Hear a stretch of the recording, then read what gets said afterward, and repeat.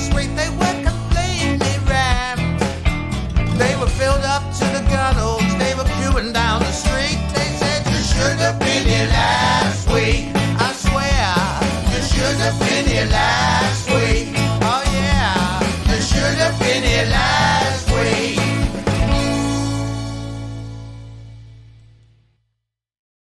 Hello and welcome to the latest edition of You Should Have Been Here Last Week, the comedy podcast hosted by myself, Steve Gribbin, and fellow comedian Paul Ricketts. Howdy, pilgrims.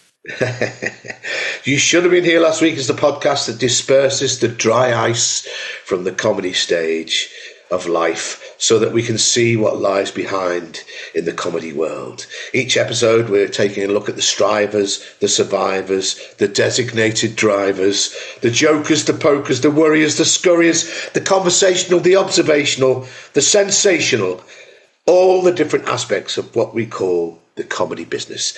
And each episode we'll be discussing one aspect of that. Now this episode we will be discussing the bane of most working comedians' lives. That is the issue of transport, the issue of getting to and from gigs. Yes.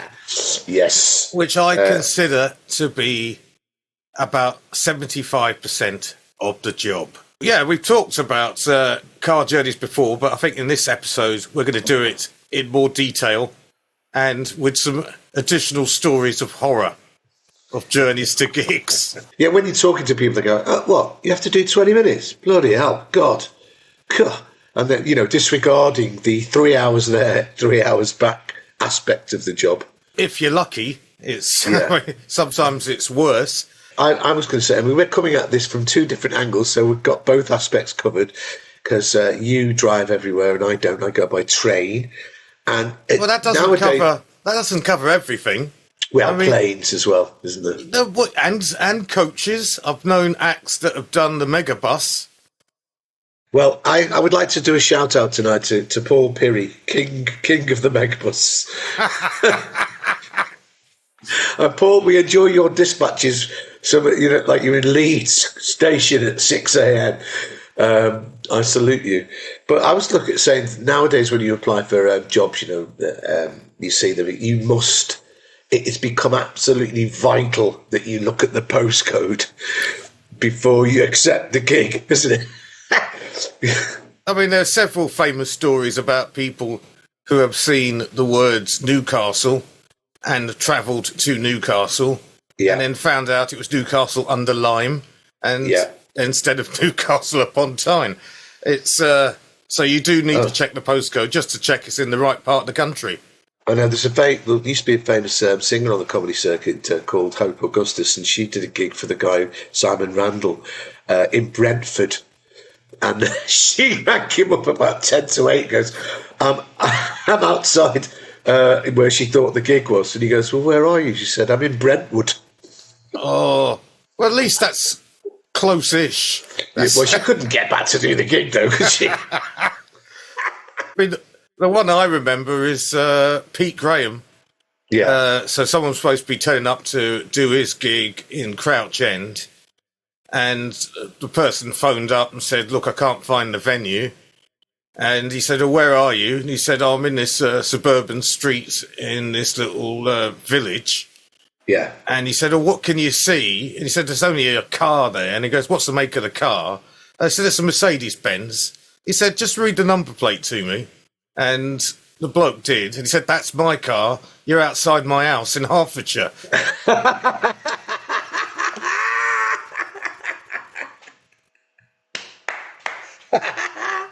Oh, yeah. That is spectacular. Yeah, because the acts had gone, basically seen his home address that he put on the bottom of his email and thought... On the email, and thought that must be the venue. Shit. Oh, that is terrible. I mean, that has to be said. The main trend now is that lots of places are accessible by car. They're not so much by train, are they? Car will get you there. Eventually. Because, traffic jams don't happen that often on a train. I mean, train, it's just delays, isn't it? And cancellations. Yeah, I know. And perhaps replacement bus services. But with car, especially on a Friday, any comic in this country is going to suffer travelling to a gig on a Friday night. I mean, there's also that idea of, things that go wrong otherwise. I mean, I was once on a journey in a car with a guy that drives me around a lot called Ben in Oswald Twistle. And we were driving from Liverpool back to Oswald Twistle, and it was fine on the way. It was on a Sunday. But mysteriously on the way back, and I know you appreciate this, all these yellow diversion signs suddenly appeared. And instead of going back onto the M62, we were just in the middle of fucking nowhere.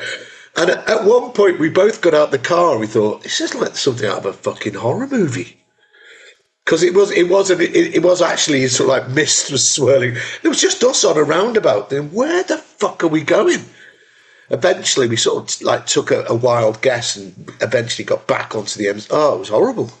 Yeah, I mean, that can happen. I've also done the fuel one, where you've run out of fuel or about to run out of fuel. Yeah. And I did this getting back from a gig. What happens is the red light comes up saying that you're running out of fuel, and you're thinking, I've got a little bit extra that I know I could drive a little bit further to find a garage. I came off the motorway into a part of southeast London I had no idea. And I couldn't find a garage. All the garages were shut. And you're looking at this, red light going, oh my God, how much longer have I got?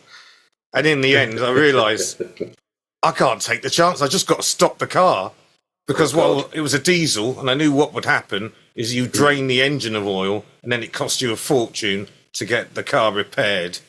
So I just thought, no, I've been driving for about nearly an hour now on the red light. I've got to stop. So I stopped, and I just walked, thinking, let's just see if I can find a garage.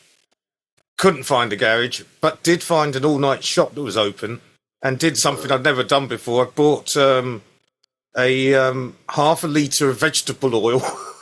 Oh, no. Like something out of the apocalypse. Walked back to the car, because I've heard that this would work. Yeah. Poured it in, and it did work, and it got me to another garage, and that was open. Wow. And I was able to get home. God. I mean, have you ever been involved in an accident on the way or from a gig? I've been in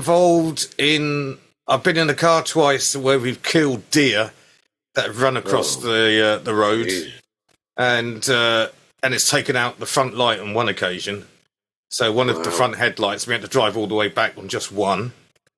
Wow. And it's, plus you get really shook up when you hit things. It's not a good thing.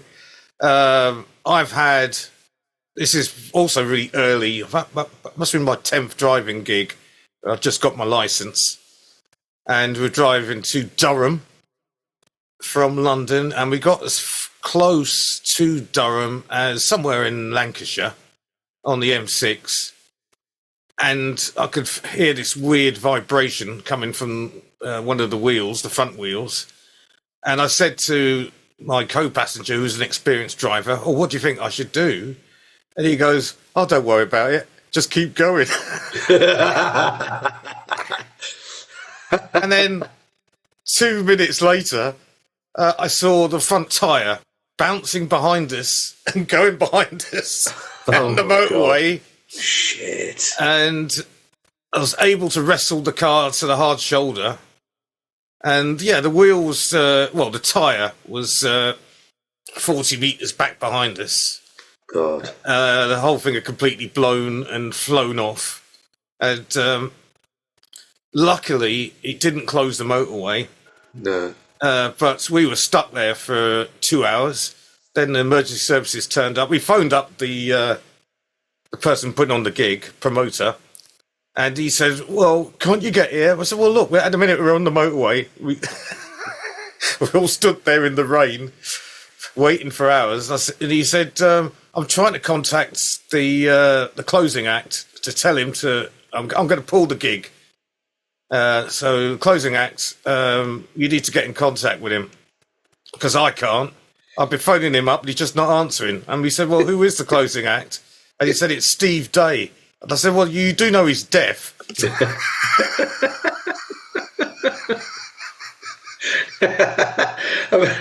God. Do you know what? It does get me sometimes, and I can understand it from the promoter's point of view. But sometimes you get to a gig and you go, "Oh Jesus Christ, I've had a terrible journey." You just go, "I don't care. No. You're here. Now. Go and do the gig. Go on."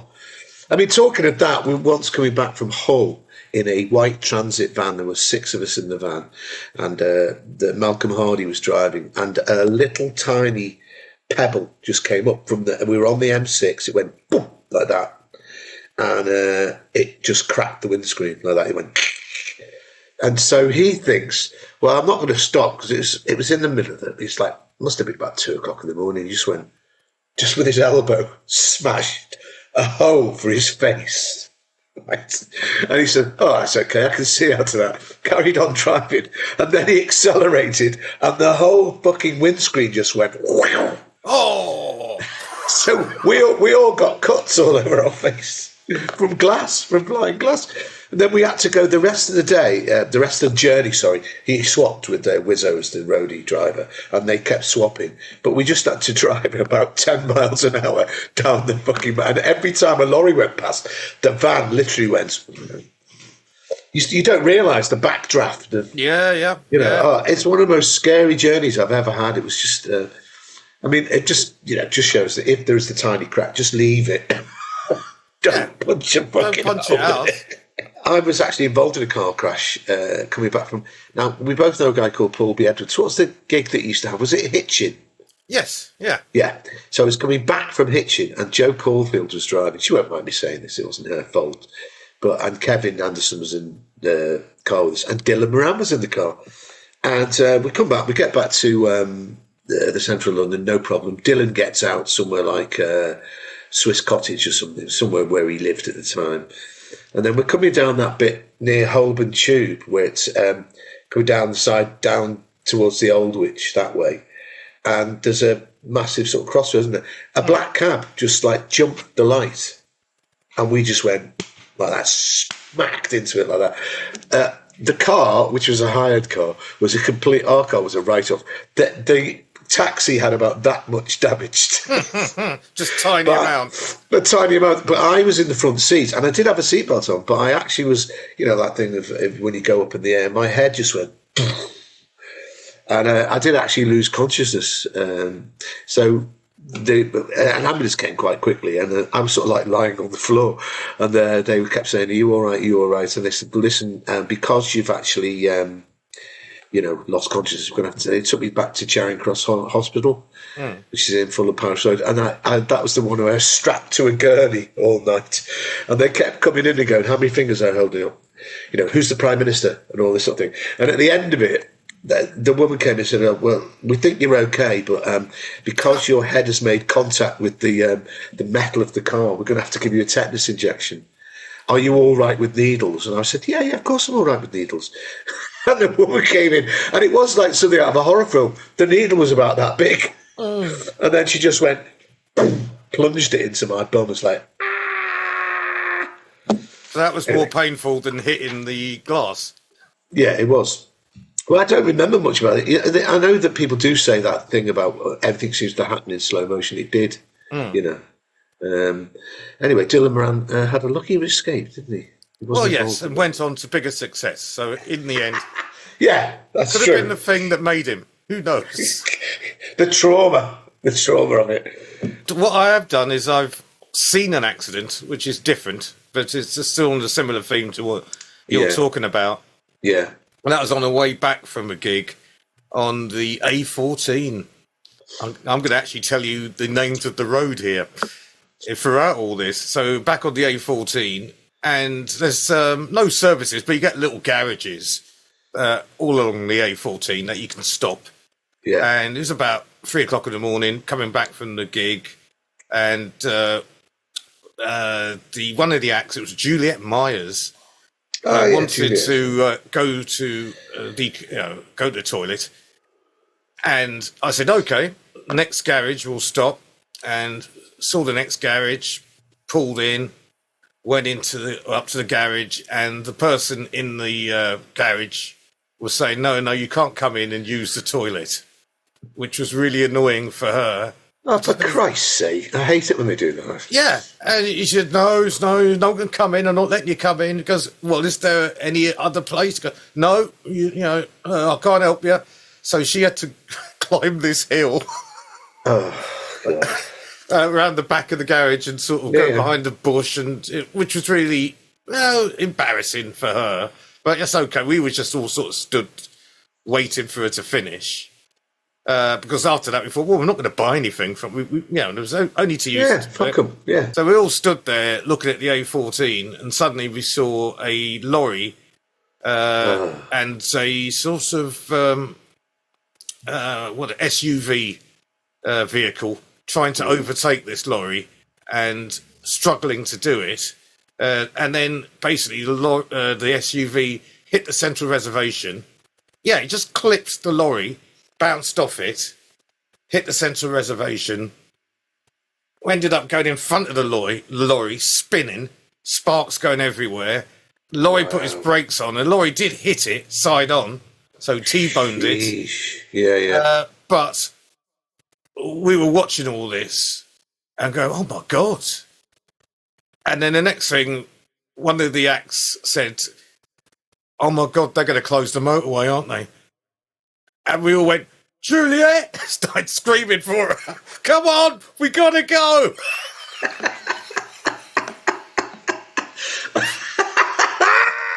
She's running, sort of pulling her skirt down, and we're all running towards the car. Yeah. And we jumped in the car, and instantly it turned out that we could just get past all the accident. Right, yeah, all the dead bodies and everything. Yeah. Get on our journey, and as we're driving away, and I'm seeing the accident behind me in the wing mirrors, and I just thought, but wait a minute, look, I mean, we didn't check if anyone was, we didn't call an ambulance. No, we didn't check if anybody was killed there. Oh, what we thought about was ourselves and just jumping in the car. Yeah. And the bloke goes, well, one of the other acts goes, well, does that matter? I said, well, wait a minute. There could have been comedians in that car. There could have been other comedians that we've left there. That's right. And then the other actor going, well, that's just more gigs for the rest of us, isn't it? Oh, God. Which leads us on to another, aspect of travelling to and from gigs, isn't it? The infamous car shares, because they can lead to some... Yeah, I mean, I've had some fantastic car journeys, but I've had some horrible ones as well, where, there's just a clash of personalities. We were driving to a gig in Burton-on-Trent. This person that was driving me, it was a he, and we left way too late. Like, we were really late. And anyway, he famously, he said to me, and we're on the outskirts of London at somewhere like Cricklewood, trying to get onto the M1. And he said, oh, I better stop for some petrol. I said, oh, okay. So he gets up and then he goes back, puts the petrol in the car, and then comes back and goes, oh, none of my cards are working. I said, what? All of them? He said, yeah, they've all been declined. He said, I don't know what's going on. He said, have you got any money? And this is quite a long time ago. It was in the days of when people did carry cash. I said, well, yeah, I've got. Yeah, he said, well, can you lend me 50 quid to cover the petrol? I said, well, yeah, of course I was going to. That's the other thing. We can talk about that as well. Yeah. But I said I gave him the money, and I never got it back. I never got it. I mean, I've seen him several times since, and he's never ever mentioned that money. Or did you mention it though? You got to mention. You got to ask. Yeah, I should have done, really. Yeah, because he thinks, well, he's such a kind and generous person. He's never asked me for the money back. Yeah, I mean, that is the unspoken thing as well, that for people that are watching or listening to this, that you have to, it's an accepted part of the thing that if you're in the car, you split the petrol, don't you? Yeah, you say that, but of course there's some very, very skinflinting people about it. Put their hand in their pocket, will they? There's an act that was known for having, his catchphrase was, in the car, I don't do petrol money. And, nice. Yes, which was, normally if it was the open spot, that was the person who's getting paid the least on the gig, that was driving the car, he would go, well, I'm not paying you. I'm higher on the bill than you. I'm getting more money than you. Why should I pay you? So he wouldn't. And that's how he got his reputation about, no, I'm not going to pay you. So I was driving him to a gig, and I did say, as I picked him up, as soon as he got in the car, I hear that, this expression that you don't do petrol money doesn't work in this car. In this car, you will be paying petrol money.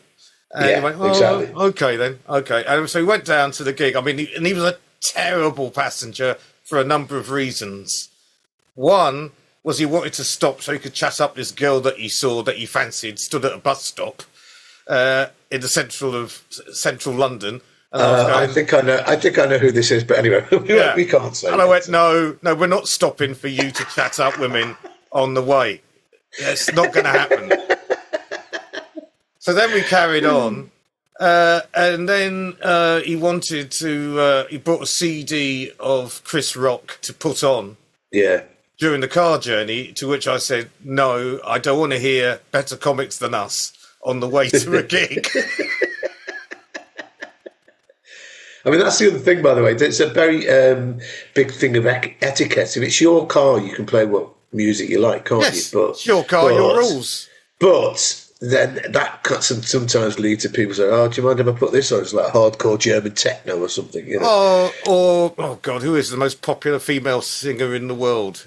Taylor Swift. Yeah, I had to listen to 3 of her albums because I was a bit soft on one occasion and said, yes, okay then. And she put on 3 albums. It weren't that bad in the end. Yeah. But this bloke, he wanted to put on, after I said no to Chris Rock, he wanted to put on Bruce Springsteen, which I know you're a fan of, but I get a bit. I don't. You know what my opinions are. I know what your opinion is. Yeah. Yeah, which is I can't bear to hear about him talk about what sort of weather it is, what car he's driving, what year, the make of the car, where he's driving to, how long he's driven. I just in every bloody song.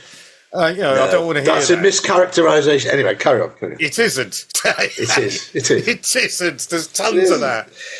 Anyway, we got to the gig, and we were supposed to be staying overnight, but he wanted to go out to a nightclub for us to pull women, and I said, no, I really don't want to do this. And I was supposed to be driving into the hotel afterwards, so he said, well, you can come out with me, wait. I said, no, I'm not coming out with you. In fact, what we're going to do is we're going to drive home now. So it's from Exeter. Ooh. And I went, I feel like I've got enough energy. Let's drive back from Exeter now. So forget about the hotel. I want to go home. So we did. And he got so... On the way back, he said... so he got in the car and I said, I'll tell you now how much it's going to be. And I did stick on 20 extra quid for just purely annoyance. Was that Bruce Springsteen tax, was it? Bruce Springsteen tax, annoying person in the car tax, let's go clubbing tax, let's stop for me a pool tax. No, added extra 20 quid. And he was so pissed off, he stuck his headphones on and sat in the back seat, like I was his cab driver. Yeah. We get back towards the edge of London.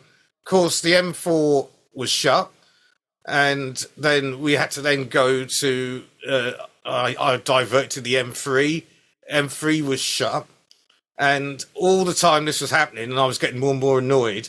All I could hear him was he was sat in the back seat with his headphones on, but he was singing the Copacabana. I could just hear that in the and a Copacabana, where music and romance are always in fashion at the Copa. Oh, that's funny. And it was just horrible. I almost threw him out the car. Bloody hell! You know what? There should be maybe in a James Bond film, like an ejector seat. It's like, I mean, my one is, I told you the story before, and I'm not going to name the person, but it's one of the creepiest ones I've ever had, because And I'm going to do an impersonation of, so probably everyone, but he's sort of spoke a bit like that, you know. And we got in the car, and it was going back from Shrewsbury to London, and it was on a Sunday night. And it's a long way. It's about 4.5 hour drive. It's, you know. And as we get in the car, I said, do you mind if we listen to some music, like put the radio on or something like that? And he went, I don't like music. I said, oh, get out of it. Everybody likes music, don't they? He goes, no, I don't. What I like to do is I like to put on a recording of the set that I've just done, and then I listen to it and analyse it, and then I make notes. In fact, that's what I'm going to do now. And he started to put a cassette, because that's how long ago it was. And I went, please don't fucking do that. And so he didn't. And then we drove for almost 3.5 hours in silence. Yeah. And it was one of the it was nearly, we were bombing down the M5 or wherever it was, and I almost fucking opened the door and just went, ah! Oh, the tension was like, I thought this is a great way to be murdered, you know. What, in silence?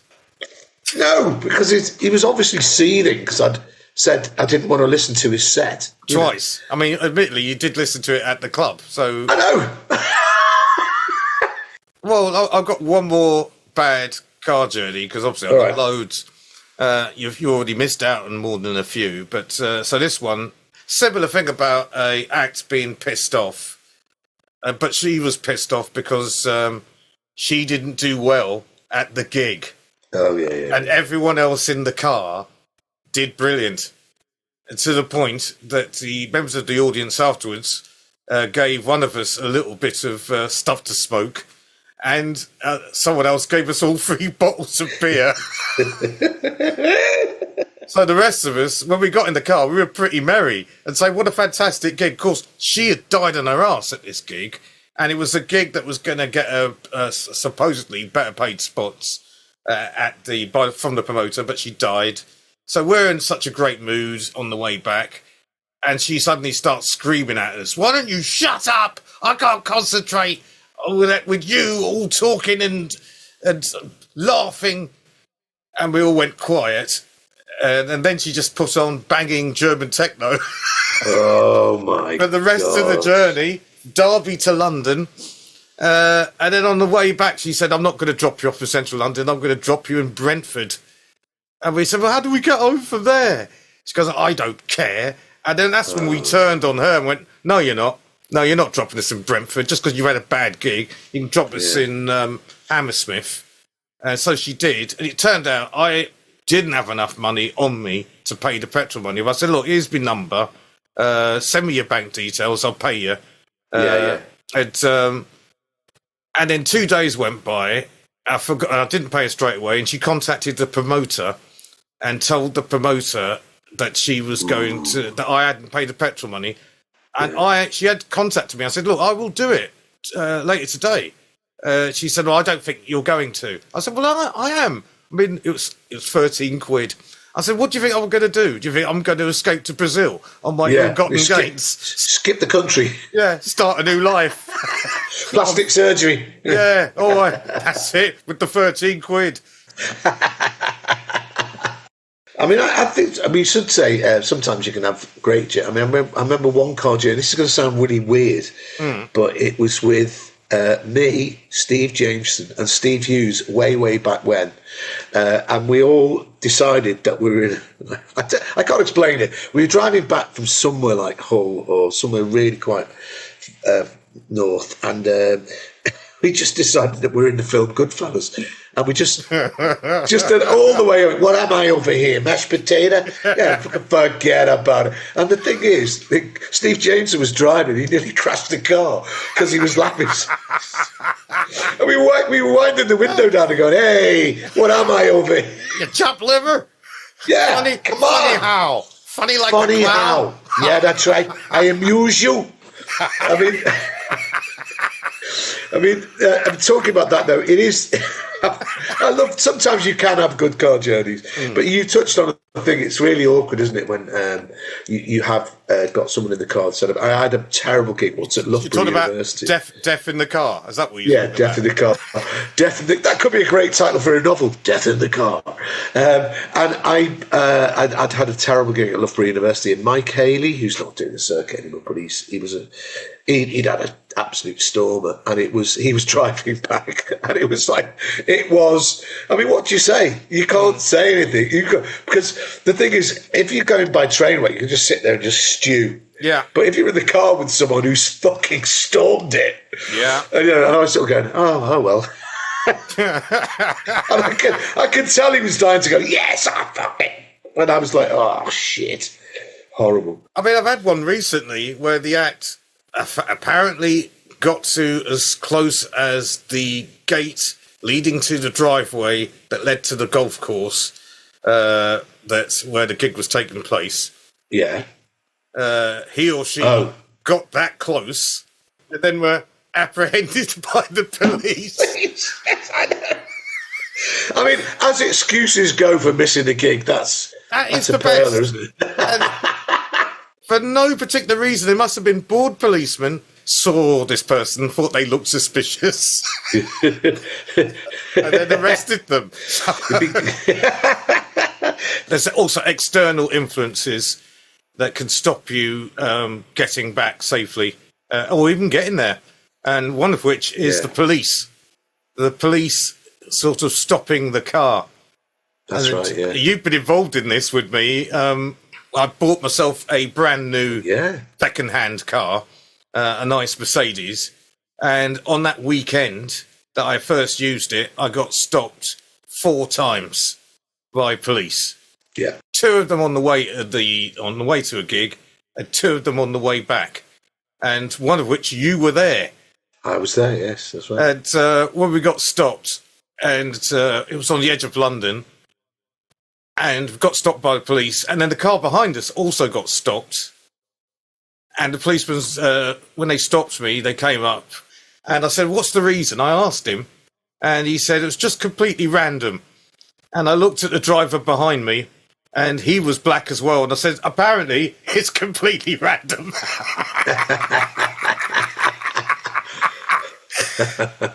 Oh, my God. Yeah, I do remember that, yeah. The policeman then came up to you, sat in the front seat, and got you to wind down the window. And he said, so where are you going then tonight? So what have you been doing tonight?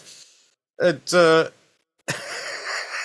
I said, did I say we've been doing a comedy show? I didn't. No, you lied and said, actually, I'm a musician. Yeah. Well, I didn't want that thing. Yeah, the thing of when you say comedy show, then it just changes the whole fucking. Well, yeah, but I just thought, what are you more frightened of? Him saying, sing us a song or tell us a joke? Yeah, well, you know the time-honoured response to that. Oh, a comedian always, huh? Yeah. Yeah. It's not very funny now, is it? I just thought, my God, it's amazing how it happens. People panic so much they have to say something that's not true. Yeah, that's true. Well, it didn't catch me out in it anyway. No, but I mean, what I had to do, and this is good advice for any black acts that might be listening to this, is if you do drive a car to a gig, keep it dirty. Don't bother to wash the car. Don't clean it. Yeah, because I've never cleaned my car since, and I haven't been stopped. So there you go. Yeah, so we should go on to trains, really, because that's another... There are still fair few comedians that do ride trains. Sometimes when I'm coming back from a gig, it is so difficult to get back that the journey is so horrendous that any euphoria that I've had at having a good gig has completely evaporated by the time I stumble in about 1:30 or 2 o'clock in the morning. And quite recently this happened. I was going to a gig in Leighton Buzzard, and I got to Euston Station, and Euston Station was closed. And I had to ring up the promoter, who was Kevin Precious, and say, look, I don't know whether I'm actually going to be able to get there, because at the moment there's no trains coming in and out of Euston. And then it was that thing of when they eventually opened the gates, it was like firing a starting pistol. People just go, poof, and we had to get onto the one train that was going to Leighton Buzzard, and it was, everyone was like this. One particularly bad one was that I once was doing a gig in Liverpool, coming back on the Sunday, and we're all sat on a train on one platform, and it was freezing in the middle of winter, and the announcement came going, bing bong, this train is now being designated as not running today. I repeat, this train is not running. So all passengers from this train, please go to platform 5, where there is another train waiting for you. And then it was just bedlam. Yeah. People, like gouging each other's eyes out. And then our train went on to another train, which was already full of more people. So we all just we did that thing, and it was a bit of liberation. We all pushed our way forward and broke into the first class. Yes. And we're all just sat in the first class like this. And then we're on the train and we're just sat there. And then all of a sudden there was a funny noise. It went, and the whole train was plunged into darkness. Right? So the fucking thing had failed. And then about 20 minutes later, this is a true story, the ticket collector came in and he went, so we're just working on this fault on the. We will eventually be going, but I have to say that anybody that's sat here now, this is first class. This is designated first class. So you either get up or you pay the full fare. I'm sorry, but that's the rules. And there was a little bit of silence. Bear in mind, it's almost pitch black. Yeah, you couldn't hardly see anything. And a voice from the darkness just went, "I don't think so, mate." He shat himself, the ticket inspector, and just went, we all went, everyone clapped and cheered. It's one of the best moments ever on a train. When you get to that point, there is no first class anymore. No, I hesitate to say, well, no, it does happen. It happens very, very often. I had a terrible journey once, I've got to tell you this one, from Hull back to London. And we sat there in the station, and it's Sunday morning. It's early Sunday morning. It's about 8:10. And then just went, due to some sort of fault on the line, there are no trains leaving Hull. So the woman from Hull Trains was on her thing, her sort of like walkie-talkie, going, yeah, there's a train to, you can get a train from here to blah, blah. And we're all going, you can't. We're all looking at it on our phone. There's no train. She goes, yes, you can. You can. We can't. And just then they announced the train to Doncaster, which is not what she was saying. And we all got on the train to Doncaster, all packed. Then we got to Sheffield. And when we got to Sheffield, they said, you can. We had to get on the Avanti one. Of course, we've all got tickets that are valid on Hull trains. So we all got onto the train. And then the ticket inspector came round and he said, can I see your ticket, please? And I said, yeah, showed him the ticket. He went, no, it's not valid on this train. You owe us 90 quid. And so I said, well, I'm not paying it. He said, right, I'm going to go and get the guards and I'm going to get the police involved. I went, go on then. Anyway, and he came, and bear in mind, there must have been about 150 of us that had all piled onto this train from Doncaster. And then he came back, and he's gone about 40 minutes later, and he sat down next to me, and he went,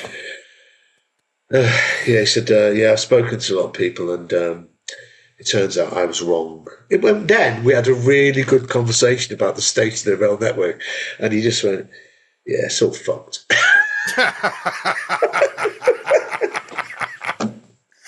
He went, forget the ticket. He said, yeah, I'm sorry I spoke to you like that. I said, well, I didn't mean to lose my temper with you. But what made me laugh is that I said, I've got a strong connection with the railways because my cousin used to work for Merseyrail. And he went, the poor bastard.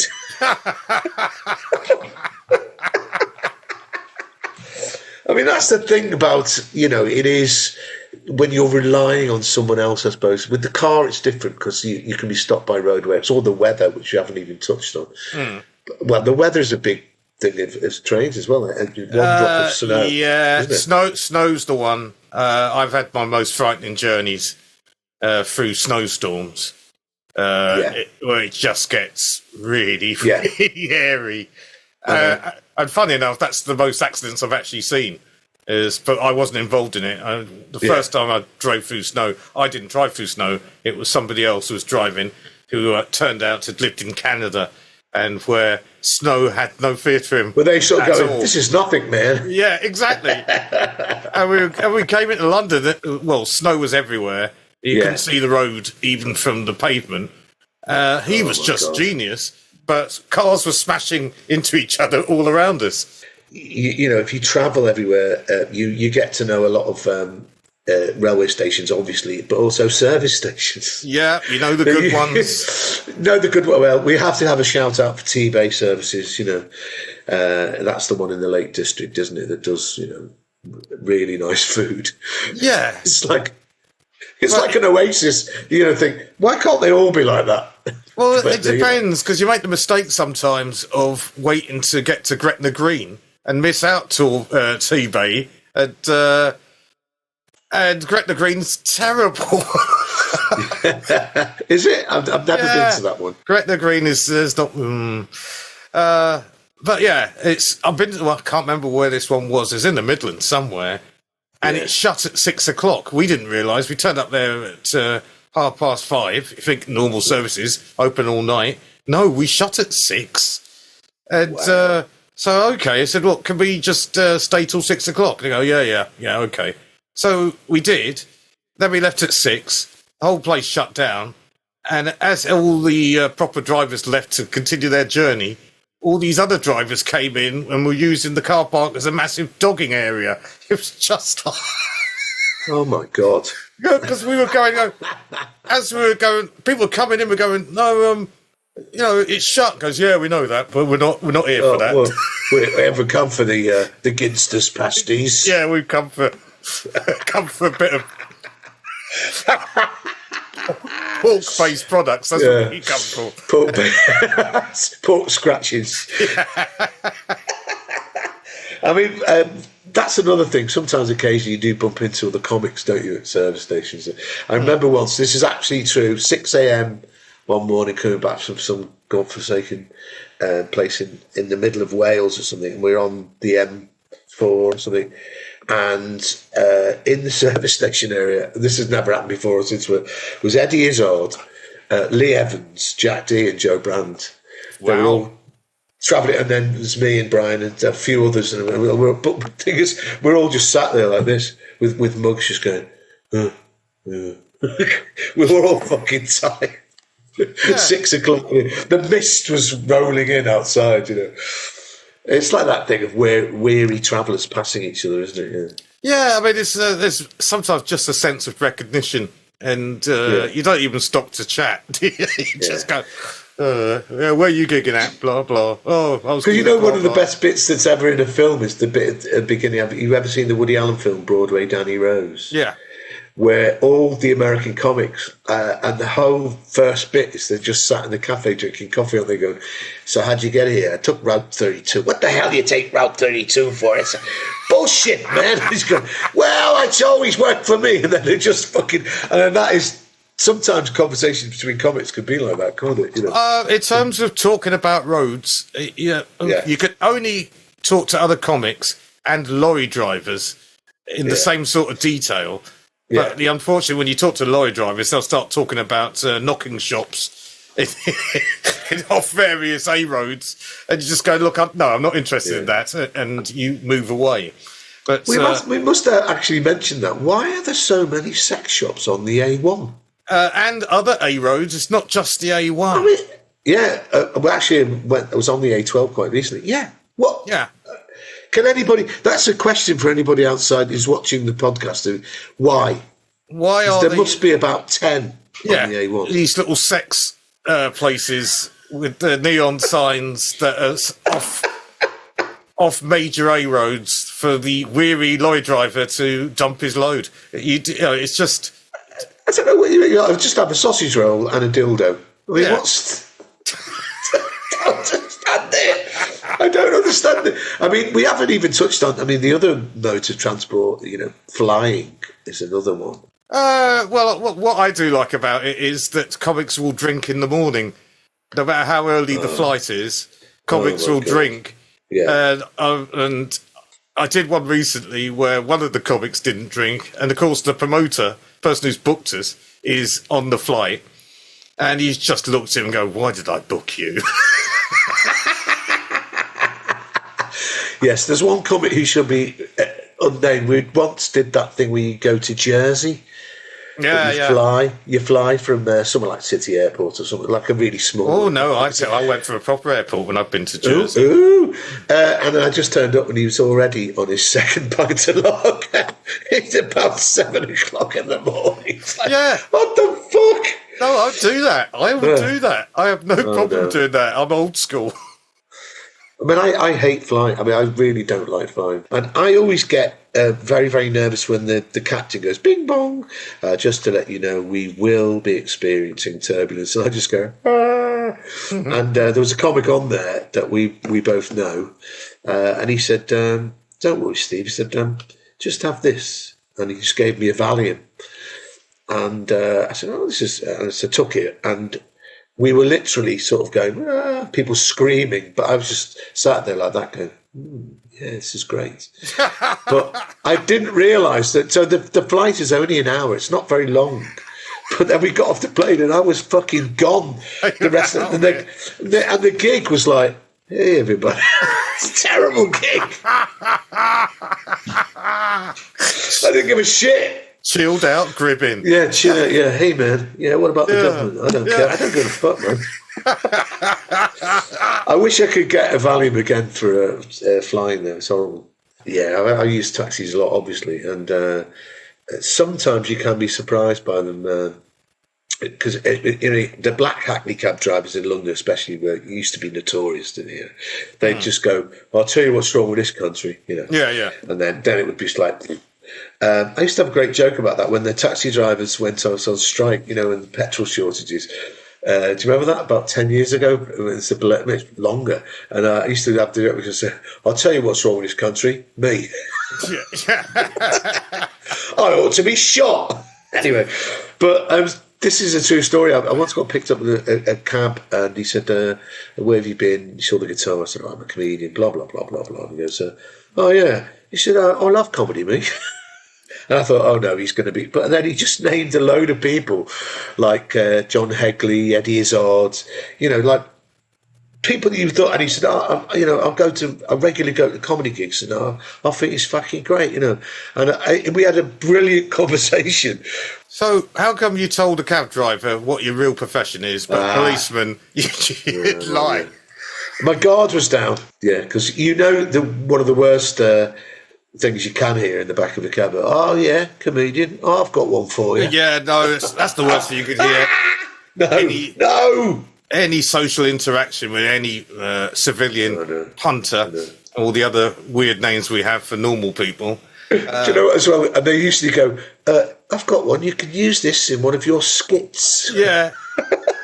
Or sketches. They actually say, yeah, in your sketches. Well, it's not a sketch. It's a stand-up comedy routine.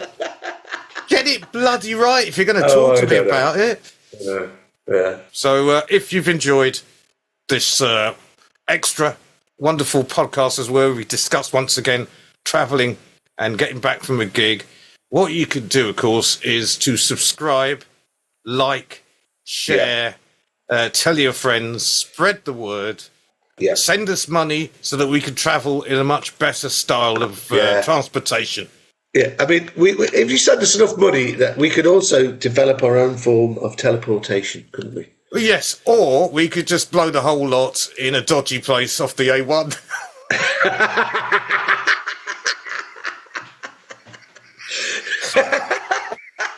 Yeah. Come to Reggie's. all your motorway needs. Oh my god! Oh, I don't need a dildo. Bought me own.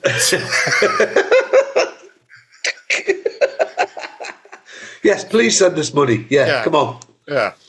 So that's it. I think the only thing left to do is to say goodbye. Goodbye. Goodbye. Goodbye. They said you should have been here last